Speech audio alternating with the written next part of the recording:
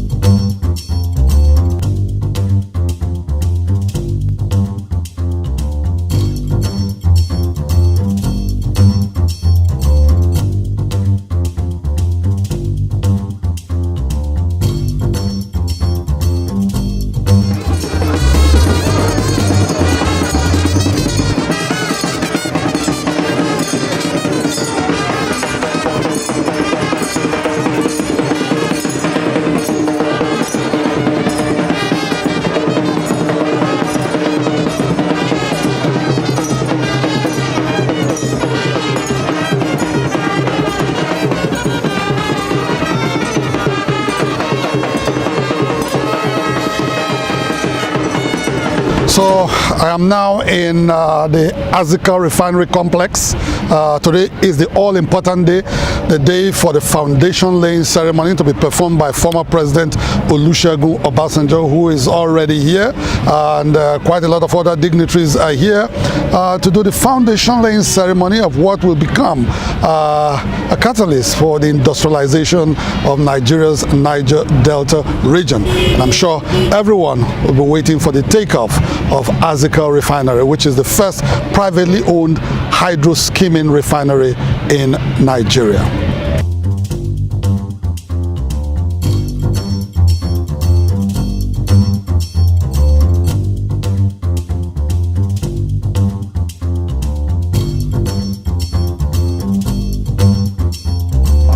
Thank you for joining us in the groundbreaking ceremony for the Azikel Refinery.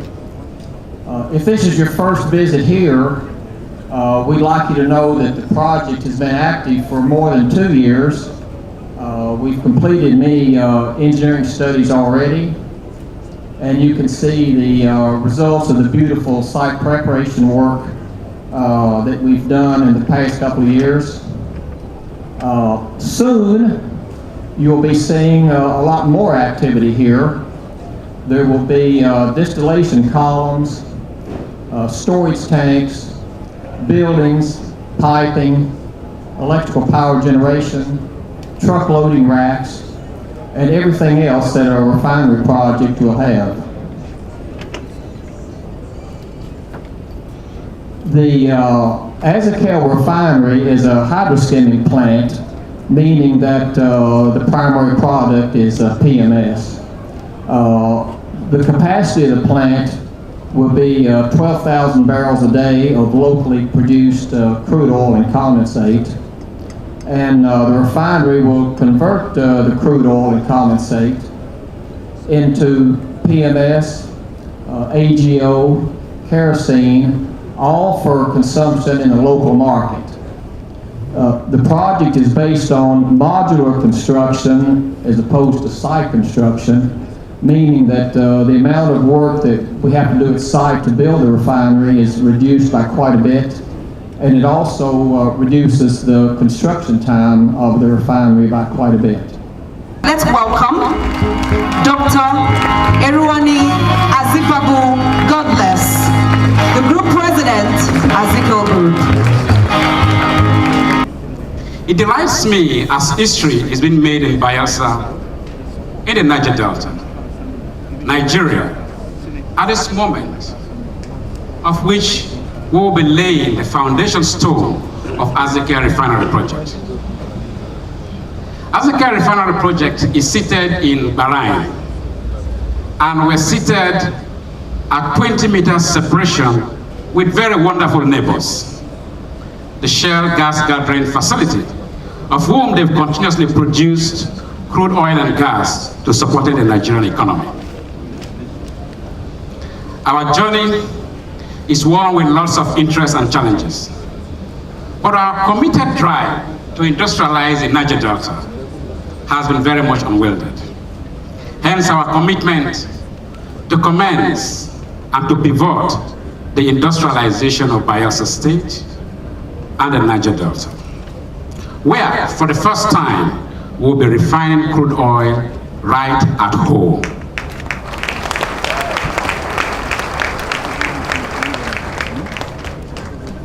This is going to be the beginning where we reverse, otherwise we put to back gear the incessant scarcity of petroleum product in Nigeria. It's our hope that upon completion, scarcity will not even be in Bayelsa State, and in the Niger Delta, we are going to change the status quo. But most important is that this will bring several businesses back within the region, back within the Niger Delta. We will be putting youths to work, we'll be engaging the communities, and this will largely curb the youth restiveness.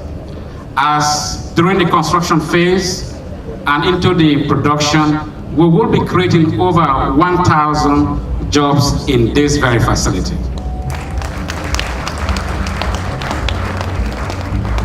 It is to put on note that at this moment, young Bayelsan engineers are already abroad, training, participating in the process of engineering, fabrication, to ensuring that upon completion of this project, they take active ownership so that they do not learn from the day start, but they learn from the very beginning of design. They are already in the United States. Our utmost desire will culminate into being the role model of development and industrializing the Niger Delta. But I'll tell you a story. In 2015, almost 2 years ago, towards the later part of 2015, it might be surprising, but then we were considered deserving. President Mamode Akugha awarded us the refinery license of 12,000 barrels. Please give a round of applause to President Mamode Akugha. I must say with all terms of clarity that we're extremely grateful to President for finding us worthy for us to be licensed for a 12,000 barrel hydroskimming refinery. The gesture is in line with the federal government policy to liberalize the petroleum sector by allowing the establishment of private refineries to participate in the downstream sector. The federal government initiative, when fully crystallized, will end fuel scarcity. short supply, high price importation in the country.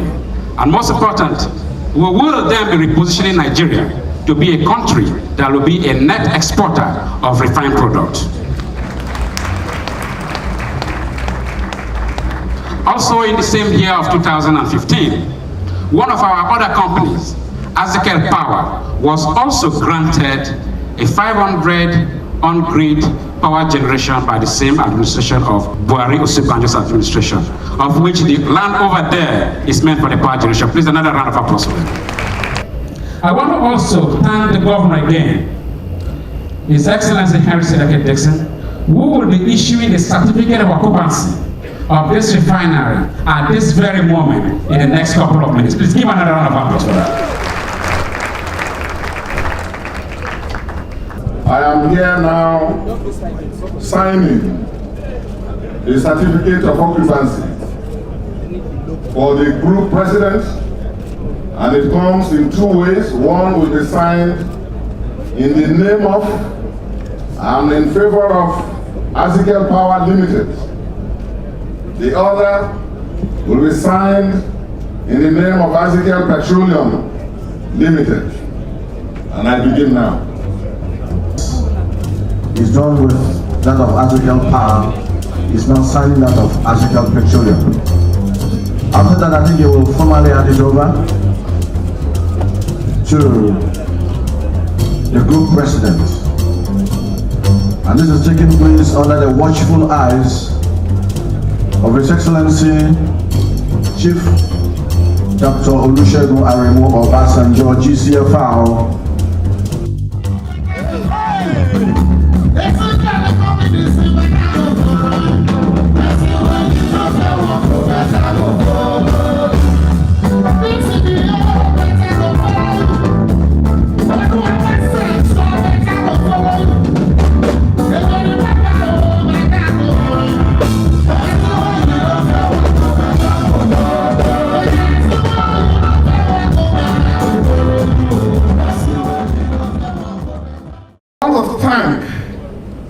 And appreciate the President of the Federal Republic of Nigeria, President Muhammadu Buhari, GCFR, who, as we have all been told,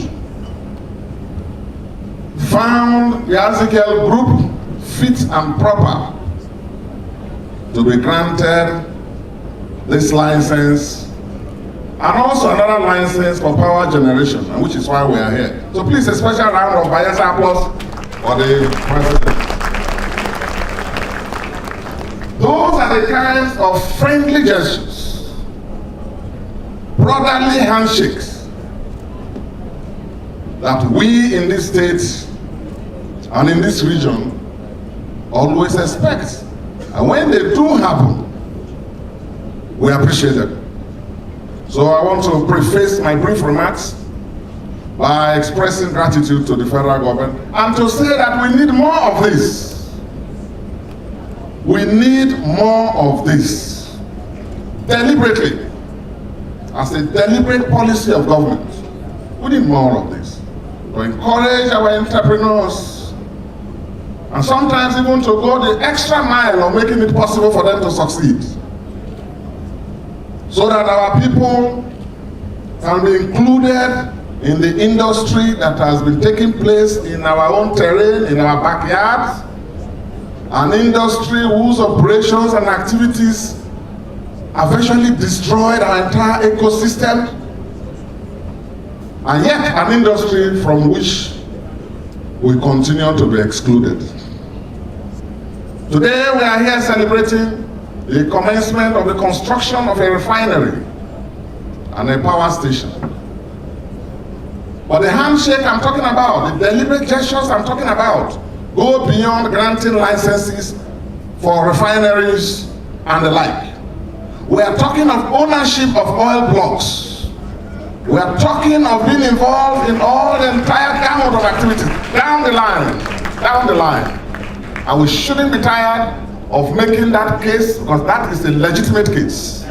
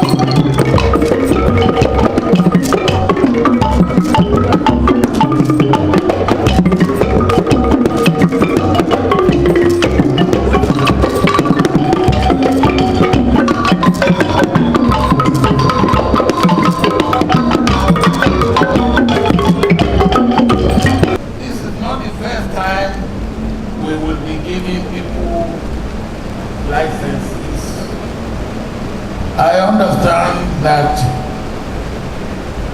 President Buhari and his government gave 22 licenses, and Azikel is the only license out of the 22 that is really being actualized. Before then, we gave 18 and not one was actualized, not one. And you can see the reason why on occasion like this, it should be special tribute to people like Dr. Irwani. And this special occasion, Dr. Irwani will bow our hearts. I join all of you in thanking President Buhari and his government for giving 4 more licenses than we gave. And he is lucky that he has a man like Dr. Irwani to be the only one. I hope he will only be the best. That is hopefully some others will follow your footsteps.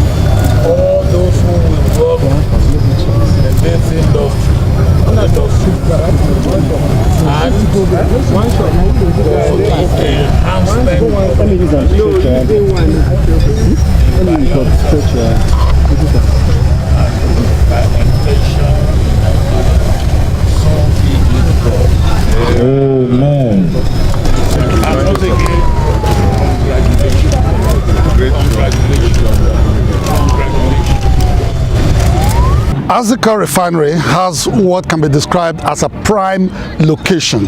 It's a private hydroskimming refinery which is located perfectly. And when I say that, I mean everyone is taught in economics that one of the factors of production is nearness to material resource, the raw materials you need for your production. Right here in Bahrain, which is the location of Azikel Refinery, if you look behind me, you're going to see the gas flare that is right behind me there. That facility is owned by Shell Petroleum Development Company. It's a gas and oil gathering facility. Now, what Azikel Refinery needs to refine petroleum products is crude oil. That crude oil is being gathered right behind me in that facility. In other words, Azikel Refinery would not need to lay pipes for long distances, would not need to have what you can call pipe surveillance contracts to people to protect those pipes. This crude oil will be coming from next door, which is just about 20 meters, if you like, of pipes from next door right into Azikel Refinery. So it's a perfect location, and when it comes on stream in another 1 year, maximum of 2 years, that will also affect the cost of finished products that will be leaving this refinery out to the end users. Well, so that was how it was, the very successful foundation laying ceremony of Nigeria's first privately owned hydroskimming refinery, Azikel Refinery in Bayelsa State. Well, now everyone will be looking forward to 2019 when that refinery will become operational, and of course everyone will be hopeful that that will ease the perennial fuel scarcity in Nigeria. Well, before we go on the program today, we're going to talk about Nigeria's first indigenous photographer. And guess what? He was a Niger Deltan. And his name is Jonathan Adagogo Green. And several years after his death, his life, works, and achievements have been documented in a book. The book, which is entitled African Photographer J.A. Green, Reimaging the Indigenous and the Colonial. The book is published by the Indiana University Press, United States of America, and it will be presented at the Presidential Hotel, Port Harcourt, Rivers State on Thursday, the 1st of March. Well, the book is edited by Professors Martha G. Anderson and Lisa Aronson, with Emeritus Professor E.J. Alagwa, Tam Fiofori, and Christode M. Gary as contributors. The Nigeria launch of the book is being spearheaded by Professor Alagwa's Oyoma Research. Well, we went to speak with Professor Alagwa on the launch of that book in Port Harcourt, Rivers State. And but before we bring you that conversation we had with Professor Alagwa, let us tell you a little bit about that all-famous photograph taken in 1897 aboard the British yacht Ivy. And it shows the exiled Oba of Benin, Oba of Verame, who has been exiled from Benin Kingdom after the conflict he had with the British authorities. That famous photograph was taken by Jonathan Adagogo Green. Well, we'll take you now to the conversation we had with Professor E.J. Alagwa. His full names are Jonathan Adagogo Green. He was born 1873, died 1905. Born in Bonny.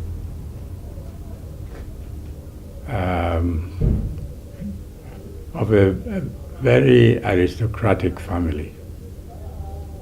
And he was, of course, brought up in that tradition. But we're told that he actually went to Furabe College, Sierra Leone, to study photography professionally. Then he came back to Bani to practice. And he practiced it at such a high level that the British, of course, who in that period were beginning to show their imperialist intentions. Previously, of course, they came trading and exchanging various, but by this period, from the 70s to the 1980s and so on, they were now on an imperialistic direction. The official British authorities used him as virtually their official photographer. Also, the British traders used him to take photographs of themselves and of their activities. But he himself was also very interested in taking the photographs of the kings, chiefs, traditional elite of the Niger Delta, and also of traditional activities and lifestyles and culture. And he did it at such a high standard, so that his photographs are found all over the world. a great deal of them in the British Museum, London. A great number also in the US and in other places. Well, that's our package on the program for today. Thank you all so much for watching. My name is Mamode Akugha. Next week, of course, I'll be here to bring you another exciting edition of Inside the Niger Delta. Bye for now.